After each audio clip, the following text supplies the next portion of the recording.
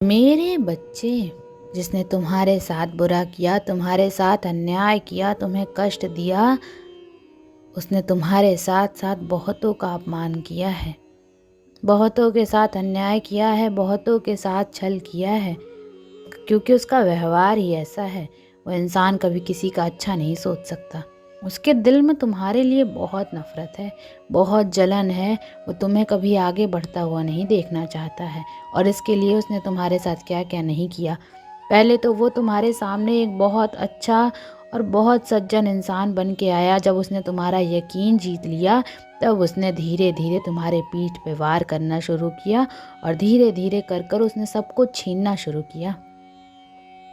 उसके किए हुए अन्याय की वजह से एक वक्त ऐसा था कि तुम एक पिंजरे में अपनी ज़िंदगी जीने लगे थे। अपने मन में, अपने विचारों में खुद को बांध कर रख लिया था तुमने। दिन रात रोते रहते थे तुम्हारा जीवन पर से, मुझ पर से यकीन डगमगा गया था मेरे बच्चे। तुम्हें ऐसा प्रतीत होता था कि बिना किसी गुनाह के, बिना किसी गलती के तुम एक पिंजरे में बंद हो और जो तुम्हारा गुनहगार है वो तो आज़ाद घूम रहा है।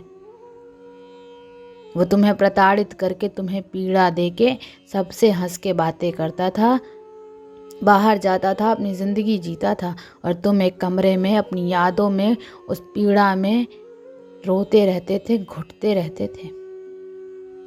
पर मेरे बच्चे, अब उसके उल्टे दिन शुरू हो गए हैं।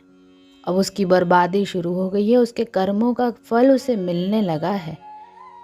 वो तुम्हें शायद अभी दिख नहीं रहा है, पर मेरे बच्चे मेरा यकीन करो, उसकी मानसिक स्थिति अब उसका साथ नहीं दे रही है।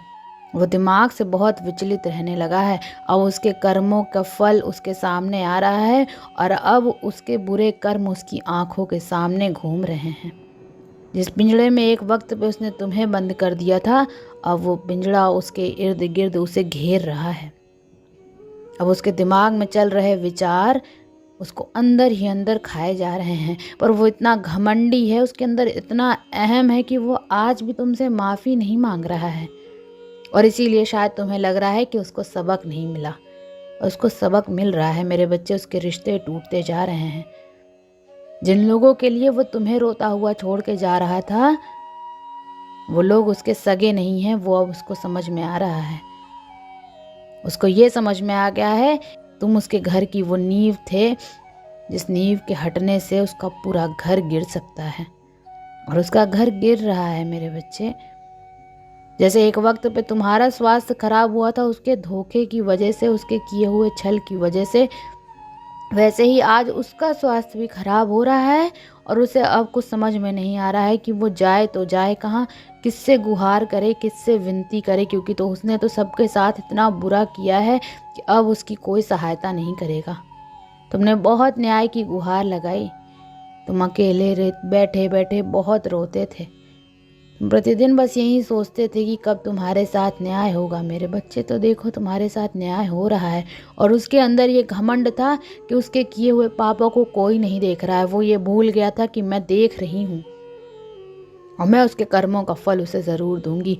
मैं उसे दंड ज़रूर दूंगी।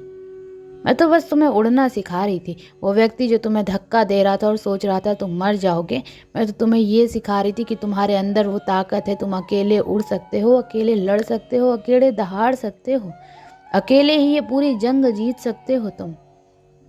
और देखो, वो लाख लोगों की भीड़ में खड़ा था। उसके इर्द गिर्द बहुत लोग थे, बहुत रिश्ते बना रखे थे उसने। आज वो रिश्ते, उनमें से एक भी रिश्ता उसका सच्चा नहीं है और उसका कोई साथ नहीं दे रहा है। पर अकेले भी तुम मुस्कुरा रहे हो, अकेले भी तुम आज जीवित हो। एक वक्त पे तो तुम सोचते थे कि तुम ज़्यादा दिन जियोगे ही नहीं, पर तुम आज भी जीवित हो मेरे बच्चे। तुम्हारी उम्मीदें नहीं टूटी हैं और तुम अपने जीवन में आगे बढ़ रहे हो। अगर तुम्हें अपने शत्रु को मात देना है तो उसे पीछे छोड़ना सीखो। मुझ पर यकीन करो कि मैंने सब देखा है और मैं उसे दंड दे रही हूँ। तुम्हें ऐसा लग रहा होगा कि उसे दंड नहीं मिल रहा, तुम्हें ऐसा लग रहा होगा कि वो आज भी तुम्हें प्रताड़ित कर रहा है, तुम्हारी आंखों के सामने हंस रहा है। वो सिर्फ एक दिखावा कर रहा है। उसकी मानसिक स्थिति तो इतनी खराब होती जा रही है मेरे बच्चे, जो तुम सोच भी नहीं सकते हो। सिर्फ उस व्यक्ति को ही पता है। और वो जितना अपने अहम की दुनिया में जीता चला जाएगा, वो जितना इस छल में जिएगा, जितना इस दिखावे में जिएगा, कष्ट उसे ही होगा। वो तुम्हें कष्ट नहीं दे सकता है। वो जिन लोगों के साथ बाहर जाके तुम्हारी बुराई कर रहा है, जिन लोगों के लिए तुम्हें इतनी पीड़ा दे रहा है, उसे भी पता है, उसका दिल जानता है कि वो लोग उसके सगे नहीं हैं, पर वो तो खुद अब जाल में फंस गया है। वो जाल जो उसने तुम्हारे लिए बिछाया था, उसी जाल में वो खुद फंस गया है मेरे बच्चे।